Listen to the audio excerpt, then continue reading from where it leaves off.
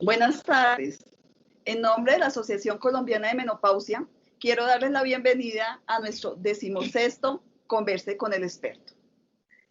La conclusión más importante de nuestro conversatorio anterior fue el efecto protector de los estrógenos a nivel de la salud cardiovascular de la mujer. Y ese es el tema de hoy en nuestro 16º Converse. Hormonas y riesgo cardiovascular. Para desarrollar este tema tenemos un invitado muy especial, muy conocido por muchos de nosotros y también por nuestras pacientes. Se trata del doctor David Vázquez Aguad. El doctor David Vázquez es ginecólogo y obstetra de la Universidad Javeriana, es perinatólogo del CLAP, es epidemiólogo, densitometrista clínico, es el actual secretario de la Academia Nacional de Medicina, es expresidente de la Asociación Colombiana de Menopausia y del capítulo de Bogotá y miembro honorario de la misma asociación. Ha sido considerado un experto latinoamericano en climaterio y menopausia por la Federación Latinoamericana de Sociedades de Climaterio y Menopausia y es fellow del Colegio Americano de Ginecólogos y Obstetras. Además, ha sido un abanderado de la parte científica a nivel de publicar numerosos libros de índole académico, mejorando los conocimientos de los médicos que estamos acompañando a las mujeres maduras, de hormonas, de menopausia, de riesgo cardiovascular y de osteoporosis. Es autor de numerosas publicaciones, ha participado con ponencias en muchos congresos de índole nacional e internacional y ha sido profesor de muchos de nosotros. Doctor Vázquez, bienvenido a nuestra Asociación Colombiana de Menopausia a este Converse con el Experto. Muchísimas gracias, doctora Camero, señora Presidente. Muy complacido de estar aquí y en lo que pueda aportar estoy para servir. De verdad que muchas gracias por compartir todos esos conocimientos con esas mujeres maduras que nos ven en todos nuestros programas. Entonces, entrando en tema, vamos a hablar primero acerca de algo muy básico. ¿Qué son las hormonas?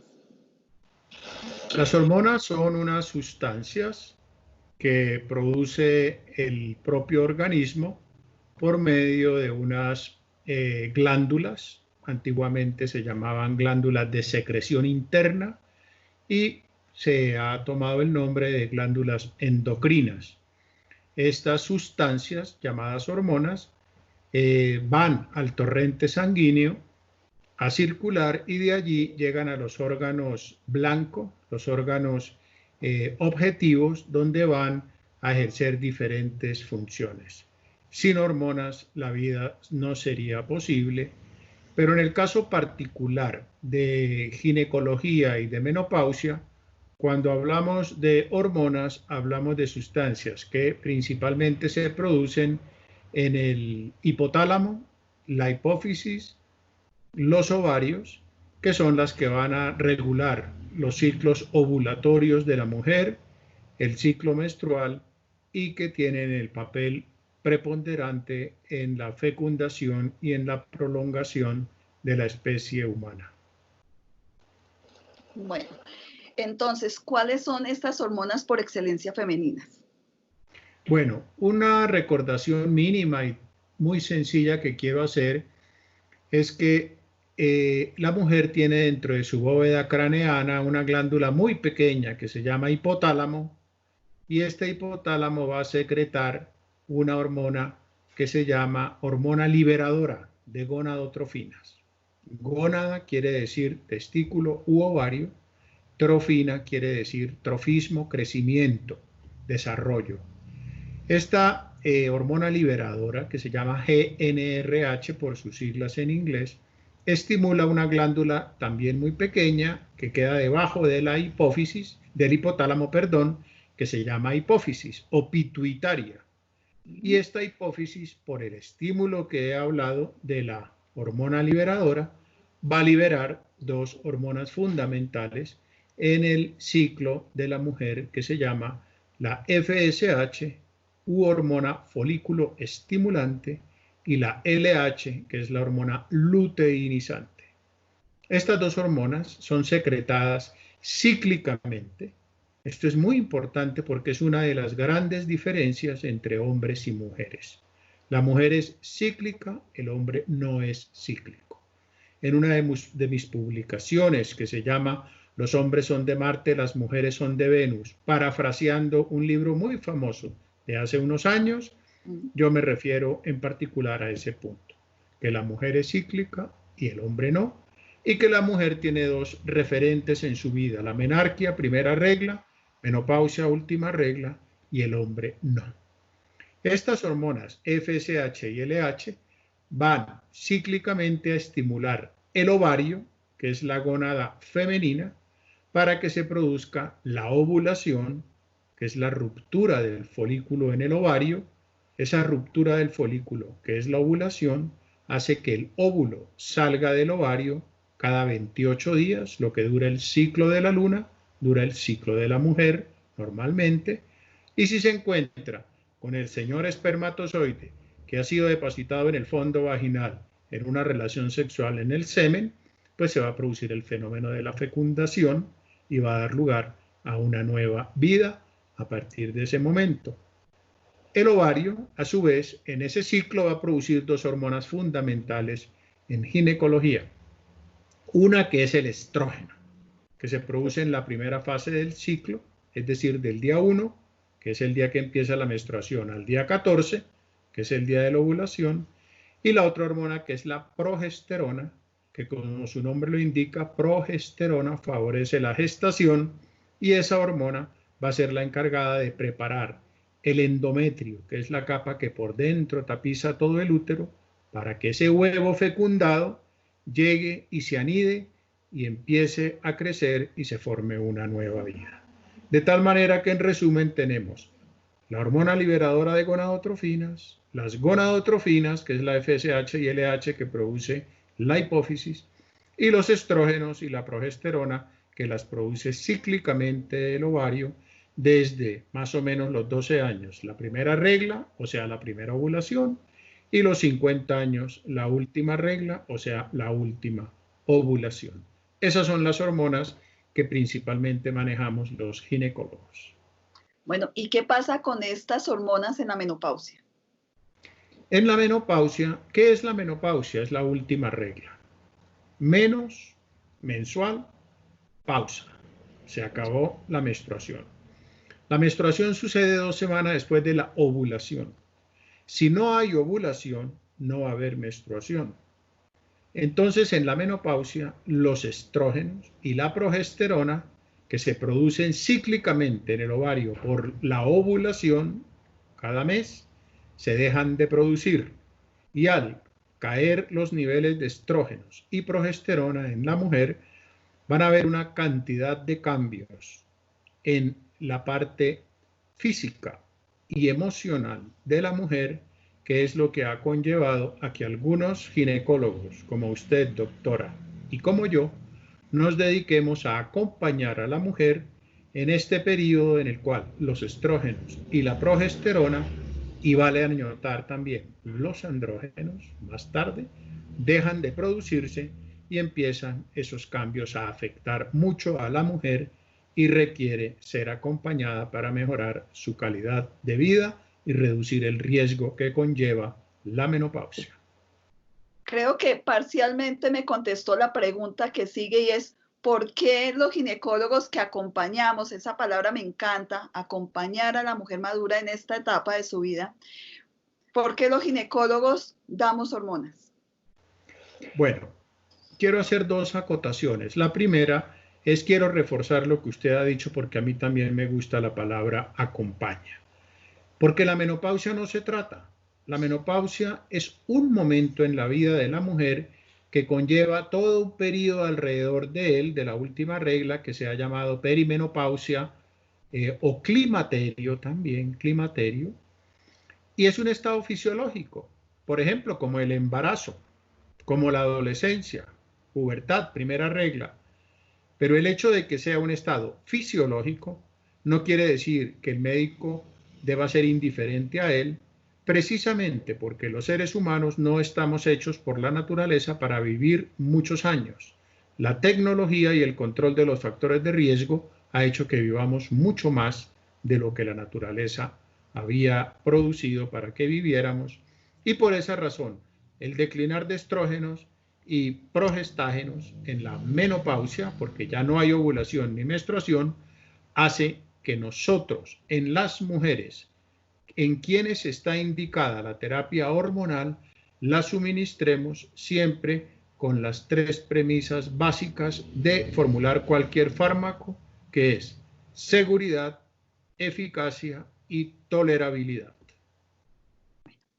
¿Cuáles serían las indicaciones para formularle a una paciente las hormonas, doctor Vázquez? Lo primero que quiero que mis queridas escuchas tengan claro es que las hormonas no son buenas ni son malas. Las hormonas, y de aquí en adelante cuando hablo de hormonas me voy a referir estrictamente a los estrógenos, que es la hormona que hace falta en la menopausia y que ocasiona todas las molestias, incomodidades y riesgos propios de esta edad. Los estrógenos no son buenos o malos per se, como ningún fármaco que uno use. La insulina, los antibióticos. Una copa de vino, mis queridas escuchas, puede ser muy buena, pero un litro de vino puede ser muy malo. Entonces, es una herramienta que si nosotros la usamos en quien es, por el tiempo que es, el tipo de estrógeno que es y en la paciente que es exactamente, vamos a tener unos grandes efectos benéficos. Pero si no cumplimos con esto, no los vamos a tener.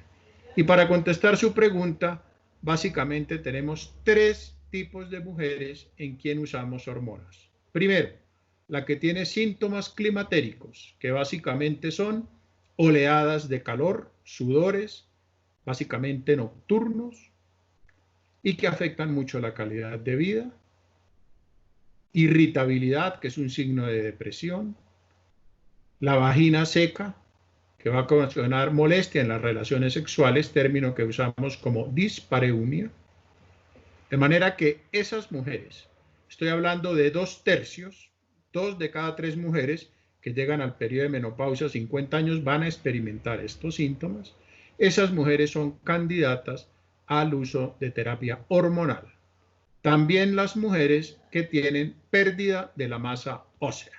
Es una indicación nueva que ha aceptado desde el 2017 la Asociación Norteamericana de Menopausia en su último consenso. Pérdida de masa ósea, estas mujeres también deben recibir terapia hormonal porque los estrógenos protegen la masa ósea y en la menopausia la mujer empieza a perder hueso y se expone a la osteoporosis y a la fractura. Quiero recordar que 1 de cada 3 mujeres sufrirá una fractura por osteoporosis en su vida. Y la tercera indicación es la atrofia vaginal, que hoy en día la conocemos con el nombre de síndrome genitourinario de menopausia, que usamos también estrógenos en ellas. Afecta a muchas mujeres con pérdida de calidad de vida y pérdida también de la satisfacción sexual. En estas últimas mujeres podemos usar los estrógenos locales, si solamente el síntoma es local, o sea, vaginal. Hay cremas, hay óvulos y hay diferentes formas de presentación. Estas mujeres deben ser tratadas con estrógenos. Hablamos de las indicaciones, entonces, ¿en qué mujeres no se debe utilizar la terapia hormonal de la menopausia? ¿O está contraindicada, mejor? La terapia hormonal de la menopausia siempre debe ser orientada por el equipo de salud. El médico general, el médico especialista, siempre debe ser quien acompañe la terapia hormonal de reemplazo. Siempre pongo el ejemplo y le digo a mis pacientes que la terapia hormonal es como un Mercedes-Benz. Son muy bonitos carros, hermosos, lujosos, le producen a uno una gran satisfacción, pero hay que saber manejarlos. Si no, es mejor andar a pie y tiene menos riesgo. Pero si quiere disfrutarlo, aprenda a manejarlo. La terapia hormonal, ya dije en quiénes sí. Ahora voy a decir en quiénes no.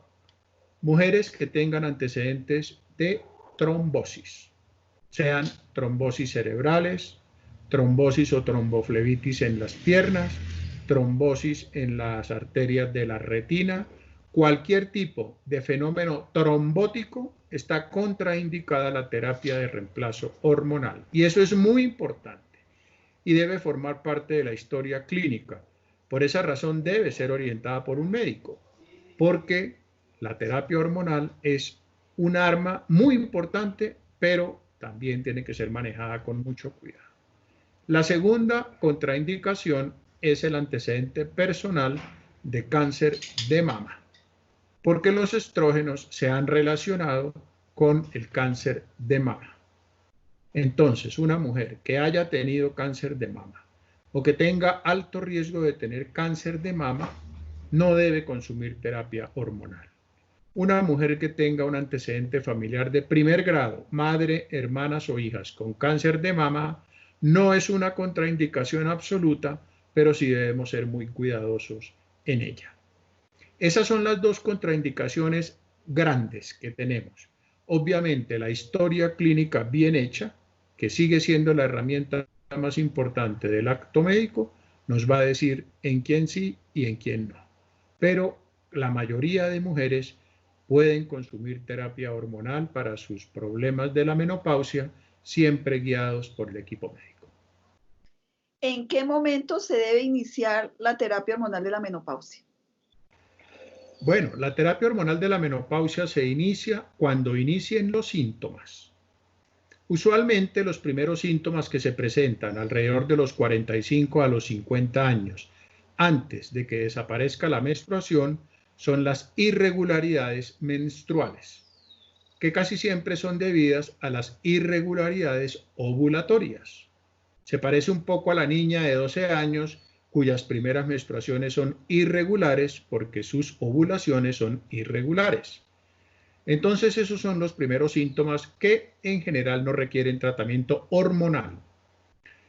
Alrededor de la última regla, inclusive un poco antes, empiezan a aparecer los calores, los sofocos, que a veces son de mucha severidad y afectan la calidad de vida de su mujer.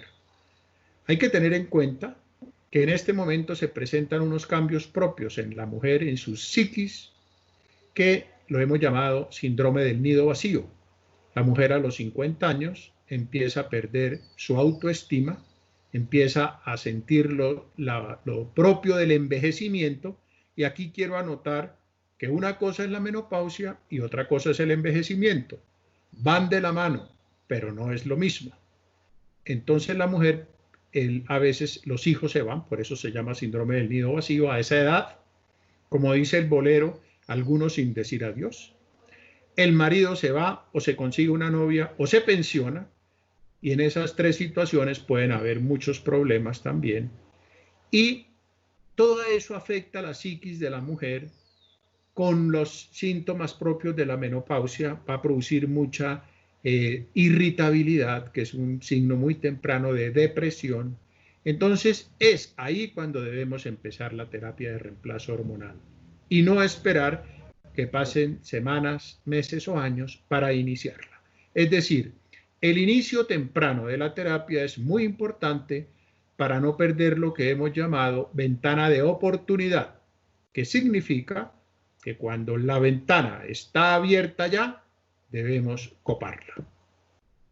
Bueno, ¿cuál es el fenómeno por el cual los estrógenos utilizados en ese periodo de ventana de oportunidad protegen nuestra salud cardiovascular, doctor Vázquez? Bueno, es muy importante la pregunta y quiero referirme un poco a este libro que yo tuve oportunidad de escribir. No sé si lo están viendo. Se llama Menopausia, terapia de reemplazo hormonal y riesgo cardiovascular. Es un libro del 2017, tal vez, de mi autoría, en donde explico claramente que los estrógenos ejercen un efecto protector sobre el endotelio, ¿Qué es el endotelio? El endotelio es un tapete muy fino y muy importante que tapiza y cubre todos los vasos sanguíneos de los seres humanos. Es decir, es el órgano más grande que tenemos y el más importante, porque el endotelio es el que va recubriendo la parte más interna, más íntima de la tubería que tenemos, que lleva la sangre y trae la sangre de todo nuestro organismo. Los estrógenos, por diferentes aspectos, que no me voy a detener a analizarlos en razón de que la audiencia pues no estaría tan interesada en esos temas, digamos, un poco más profundos. El estrógeno protege ese endotelio. ¿Qué es protege el endotelio? Evita que se endurezca, que se produzca lo que llamamos aterosclerosis, evita que se vaya formando sobre él una capa de grasa, que es lo que en últimas va a obstruir nuestras arterias y a provocar todos los fenómenos propios de la enfermedad cardiovascular, y evita que esa grasa que se deposite afecte el endotelio en sí, lo rompa y produzca fenómenos inflamatorios propios que van a producir la obstrucción de los vasos sanguíneos y la muerte, necrosis o infarto de los órganos que esas arterias van a nutrir. Hablo del corazón, hablo del riñón, hablo del cerebro, hablo de los ojos e inclusive en los hombres hablo del pene, que puede ocasionar también una disfunción eréctil. Es decir, el endotelio es un órgano grandemente importante y los estrógenos protegen. Al caerse los estrógenos en la menopausia, se pierde esa protección y el endotelio va a sufrir los embates propios del hipoestrogenismo, y si a eso le añadimos el envejecimiento, tenemos todos los ingredientes para una catástrofe cardiovascular que hace que una de cada 2 mujeres muera de un problema cardiovascular. ¿Existe alguna relación entre el uso de los estrógenos, la parte del aumento a la resistencia a la insulina y la parte del perfil lipídico? Sí, definitivamente sí. Lo que ha mencionado doctora Camero tiene que ver con factores de riesgo cardiovascular. Hacer medicina, le digo yo siempre a mis alumnos, es lo más hermoso porque no es sino analizar factores de riesgo. Y un factor de riesgo es una característica que hace que una persona tenga mayor o menor probabilidad de tener un daño o un beneficio. Entonces, cuando analizamos la mujer que llega a nuestro consultorio, que conste que no dije paciente, porque realmente ella no está enferma. Ella va porque tiene unos síntomas propios de su edad de 50 años, que está entrando ya en la fase de deprivación estrogénica. Nosotros lo que hacemos es ver factores de riesgo. Si la señora es obesa, si la señora es hipertensa, si la señora tiene el colesterol y los triglicéridos elevados, si la señora es fumadora, etcétera. De tal razón que todo eso que usted ha mencionado, la resistencia a la insulina, que es lo que nos va a llevar a la hiperglicemia, es decir, a la elevación de la glicemia del azúcar en la sangre, con todo el fenómeno de carbohidratos que va a generar finalmente una diabetes, con lo que hemos llamado síndrome metabólico, que se acompaña con obesidad, con hipertensión, con triglicéridos y colesterol elevado y azúcar elevada. Los estrógenos definitivamente ejercen una protección muy importante a ese nivel, y la prueba epidemiológica es muy clara. Hasta los 50 años los infartos del corazón son más comunes en los hombres, pero después de los 50 años son más comunes en las mujeres. ¿Y qué pasa a los 50 años en las mujeres? ¿Qué hace que ese riesgo aumente? La menopausia. Con base en lo que me acabas de decir, me encanta lo que afirmaste tan rotundamente, y es el papel protagónico que debemos ejercer los médicos que estamos acompañando a la mujer madura cuando ella acude a nuestra consulta, y acude a nuestra consulta por los síntomas climatéricos que la están afectando, pero el papel nuestro en ese momento no solo es mitigar el impacto de estos síntomas en esta mujer, sino también el de prevenir todas las patologías que pueden haber a nivel cardiovascular, a nivel metabólico, a nivel óseo, a nivel oncológico y a largo plazo también a nivel de salud mental. Entonces, en el conversatorio anterior, me acuerdo que el doctor Melgarejo decía que era una muy buena oportunidad y que qué bien que las mujeres asistíamos a ese control con el ginecólogo anual, que era una oportunidad realmente para aprovechar. Entonces me encantó eso por parte que tú como ginecólogo estés haciendo énfasis en esa función de nosotros como ginecólogos. Sí, claro. Es muy importante tener en cuenta que los ginecólogos no somos los médicos de los genitales de las mujeres. Los ginecólogos somos los médicos de las mujeres. Y debemos ir perdiendo, y así lo reitero yo a mis alumnos, es el efecto bikini de los ginecólogos, que solo nos ocupamos de la parte genital y de los senos. No, los ginecólogos debemos evaluar todos los factores de riesgo, repito esa palabra, esa expresión, en la mujer que acude a nuestra consulta, porque como decía el doctor Melgarejo, es una oportunidad única. Uno va al ortopedista cuando tiene un problema en los huesos, y al oftalmólogo cuando tiene un problema en los ojos, y al otorrino cuando tiene un problema en su garganta o en sus oídos o en su nariz. Pero la mujer sí va al ginecólogo y debe ir de rutina. De tal manera que ese es el momento para captarla y evaluar todos los factores de riesgo que analicé anteriormente, para tener esa visión holística de la medicina, que es la que se está imponiendo, y es mirar al paciente como un todo, como un ser integral, y no mirar solamente por ese pequeño huequito de cada especialidad.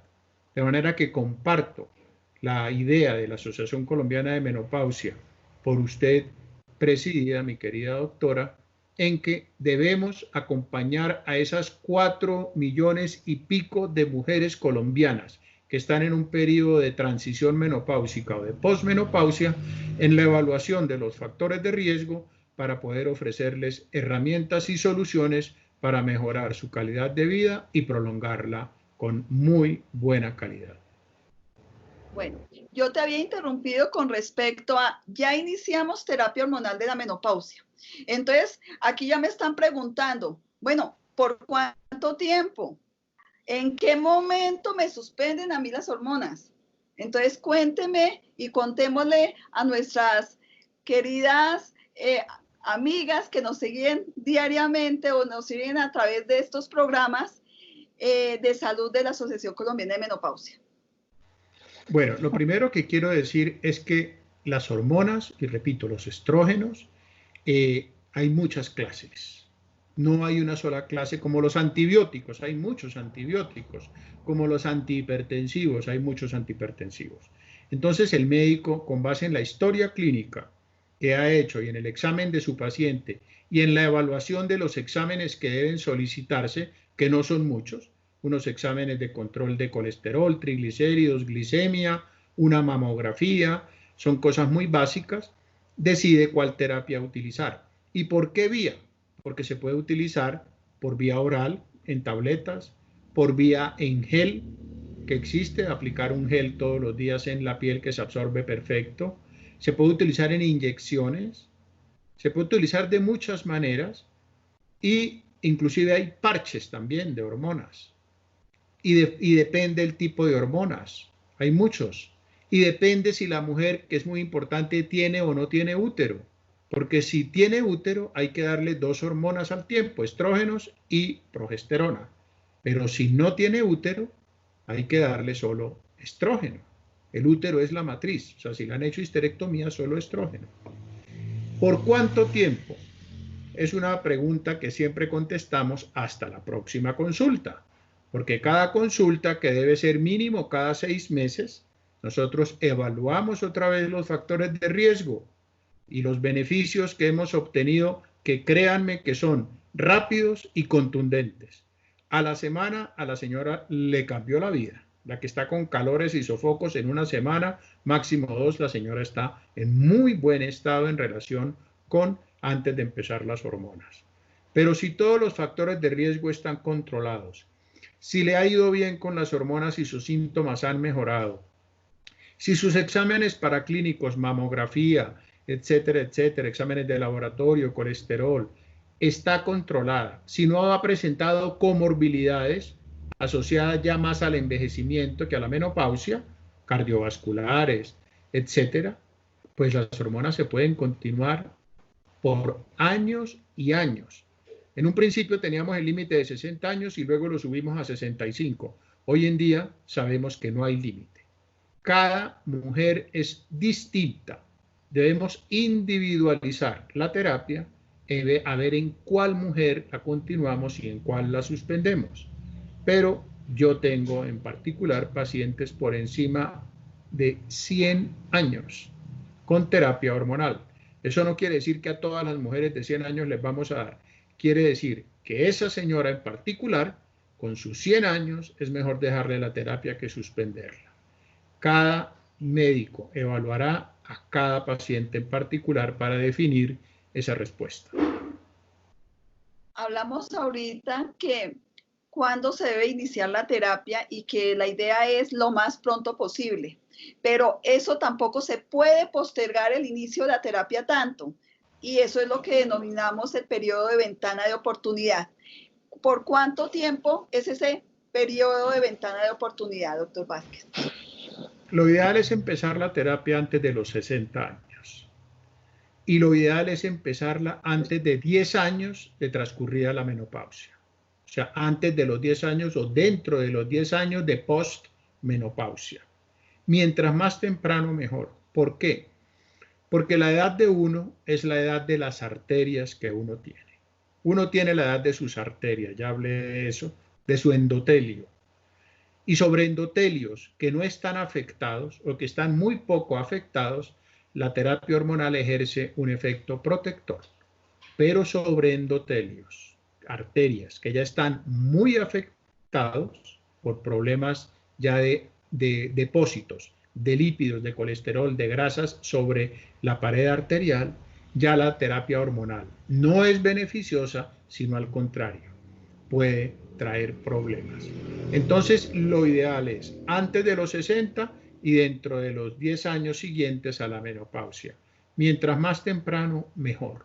Esa ventana de oportunidad no la debemos perder.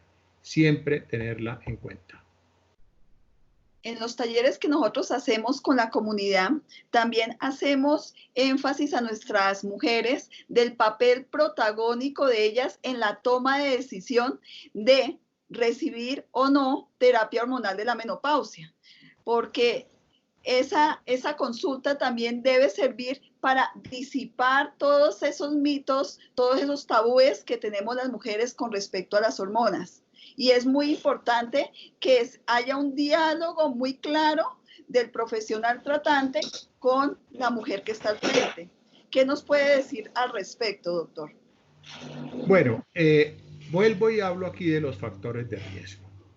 La mujer a los 50 años está envejeciendo y no solamente tiene problemas de su menopausia, sino de su envejecimiento, porque los hombres de 50 años también tenemos problemas de envejecimiento. Entonces, control de factores de riesgo. La terapia hormonal no es el elixir de la eterna juventud. La terapia hormonal es una herramienta más dentro de toda la integralidad que debe tener la mujer en edad madura. Eso se llama control de lo que come. Poca grasa, poca harina, poco dulce. Control de su estado físico. Hacer mucho ejercicio, sobre todo caminar y trotar suavemente. Es el mejor ejercicio. Ojalá al aire libre para que reciba el sol y de esta manera reciba vitamina D, porque después de los 60 años ya la piel de esa mujer no va a ser capaz de sintetizar vitamina D a partir del sol. Y la vitamina D es fundamental en la parte de los huesos. Debe evitar el tabaco y consumo moderado de alcohol. También debe ir a los demás doctores para que le controlen su tensión arterial, para que hagan control cardiovascular. De pronto va a necesitar un electrocardiograma. Controlar el peso corporal, fundamental. De manera que, fíjense como la terapia hormonal es solamente una patica de la mesa en el cual las otras 3 patas están dadas casi todas por la misma mujer que debe controlar todos estos factores de riesgo. Uno de los temores que tienen las pacientes cuando empiezan la terapia hormonal es aumentar de peso. ¿Qué me puede decir respecto a eso, doctor? Bueno, eso es uno de los temores que tenemos las mujeres, los hombres también los tenemos. Porque resulta que el sobrepeso es un problema prácticamente epidémico y vale la pena notar que América Latina, Colombia en particular, muy rápidamente está aumentando la incidencia de sobrepeso y obesidad en su población. Uno aumenta de peso, la mujer aumenta de peso con los años, con la edad. ¿Por qué? Porque se relaja, porque hace menos ejercicio, porque el carro ya no lo deja en el parqueadero, sino muy cerca del sitio de trabajo, de la diligencia que va a hacer, porque empieza a tener una vida mucho más sedentaria, más tiempo pasa frente al televisor, porque el estímulo que dan los hijos jóvenes de corra para allá y corra para acá ya se pierde, y también porque el hecho de que tenga hipoestrogenismo puede también hacer que aumente un poco de peso. Pero ojo, porque muchas señoras dicen, mire, la menopausia me hizo subir 10 kilos. No, yo diría que la menopausia la hizo subir 1 kilo y los otros 9 pues tienen que ver más es con todo lo que he mencionado anteriormente de relajarse un poco en el control de sus factores de riesgo. Entonces, la terapia hormonal de reemplazo no engorda. No engorda. Mientras la mujer, repito, siga viendo a la terapia solo como una herramienta más de todas las demás. El hecho de que consuma terapia hormonal no quiere decir que tenga que relajarse con el ejercicio, con la dieta, que no es dieta, sino cuidar lo que come y las cantidades que come, etc. Es como el hipertenso, doctora Camero. No porque se tome la pastilla para la tensión, tiene que va a consumir sal. O el diabético, no porque se coloque la insulina o se tome su hipoglicemiante, entonces va a comer dulce. No. Los fármacos son una herramienta más de todo. Y las señoras que me están oyendo y escuchando, tengan muy en cuenta que uno no se engorda, sino por aquí, comiendo y comiendo básicamente calorías. Eso se llama harinas y dulces. Es lo que hay que controlar. Creo que esa cultura del autocuidado es en la que estamos fallando. Cerca del 65% de las mujeres de 50 años que están en sobrepeso o en obesidad en nuestro país, lastimosamente. La falta de hacer un ejercicio programado, la falta de tener unos muy buenos hábitos nutricionales es lo que ha predispuesto pues a que la mayoría de las mujeres aumenten de peso y tengan además el temor de que con las hormonas puedan incrementarlo más. Doctor, entonces, nuestra paciente está ahí en consulta. ¿Cada cuánto de la terapia de las hormonas, cada cuánto se debe controlar este paciente? Porque no es... Le voy a decir lo que yo hago en mi consulta y en mi clínica. Apenas empezamos la terapia, yo la vuelvo a ver a los 3 meses. Y después, de ahí en adelante, la veo cada 6 meses. La mamografía debe ser anual. Los exámenes de laboratorio deben ser anuales. El examen físico y ginecológico debe ser semestral. La citología vaginal debe ser anual hasta los 60 años. Pero siempre se le deben dar a la paciente los signos de alerta, signos de alarma, sobre todo los relacionados con problemas trombóticos, dolor en los miembros inferiores, dolor en las piernas, súbita aparición de dificultad respiratoria, súbito dolor en la cabeza o en el pecho, y el control de sus senos.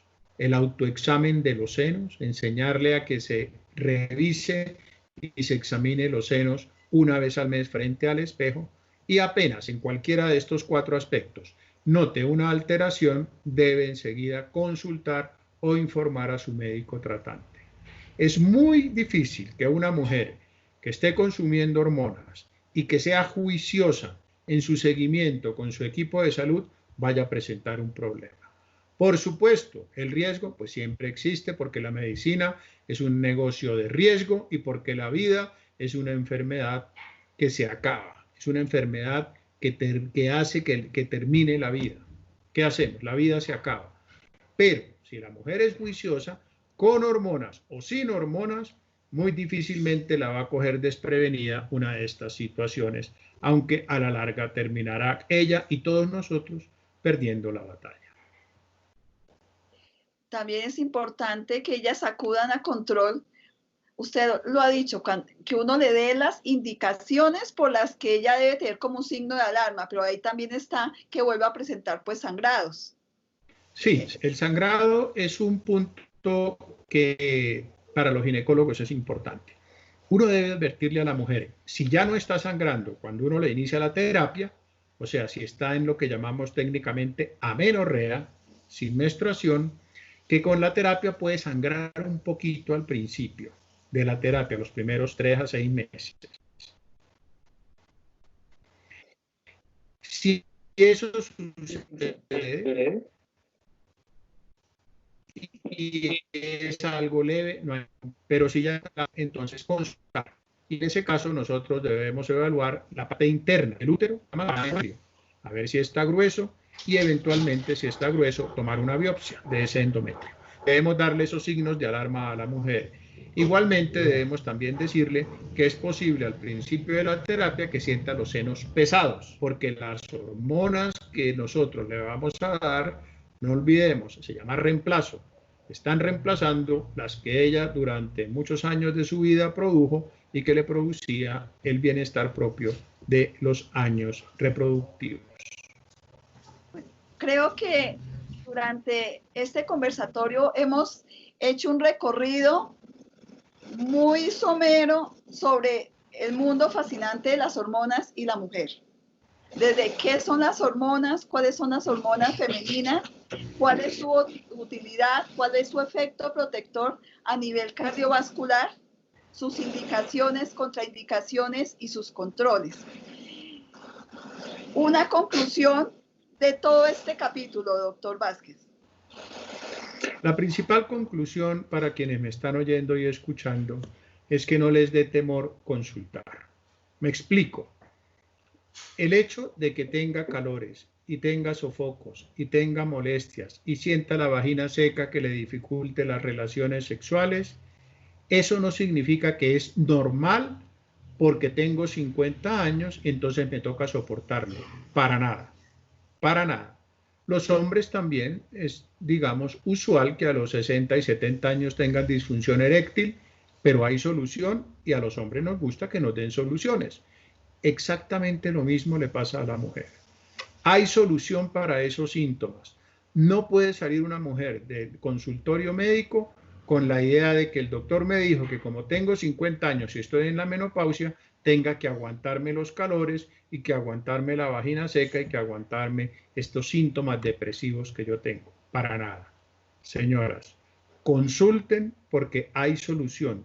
Y aún si tiene contraindicaciones a las hormonas por cualquier situación que ya he dicho, hay herramientas también que podemos utilizar cuando no queremos usar hormonas o la mujer no quiere que se le administren hormonas, que también hay que respetar mucho esa autonomía que tiene la paciente. Hay solución y ninguna mujer debe salir del consultorio médico con las manos vacías. Siempre debemos ofrecer alternativas porque alternativas hay y muchas. Muchas gracias a usted, doctora Camero, por esta oportunidad. Muchas gracias a la Asociación Colombiana de Menopausia por toda la labor que desarrolla en favor de esas 5 millones de mujeres colombianas que tanto le deben a usted, doctora Camero, y muchas gracias a quienes tuvieron la paciencia de verme y escucharme. David, muchas gracias por haber aceptado esta invitación. De verdad, fue muy enriquecedor para mí y para todas las personas que nos están viendo. Sigues cordialmente invitados a desarrollar otros temas. Y en nombre de la Asociación Colombiana de Menopausia, quiero darle las gracias a las personas que nos siguen. Recordarles, llevamos 26 años como asociación trabajando por mejorar la calidad de vida de la mujer madura colombiana. Y acuérdate, si tú te cuidas, cuidas a tu familia y nos cuidas a nosotros. Una feliz tarde. Muchas gracias.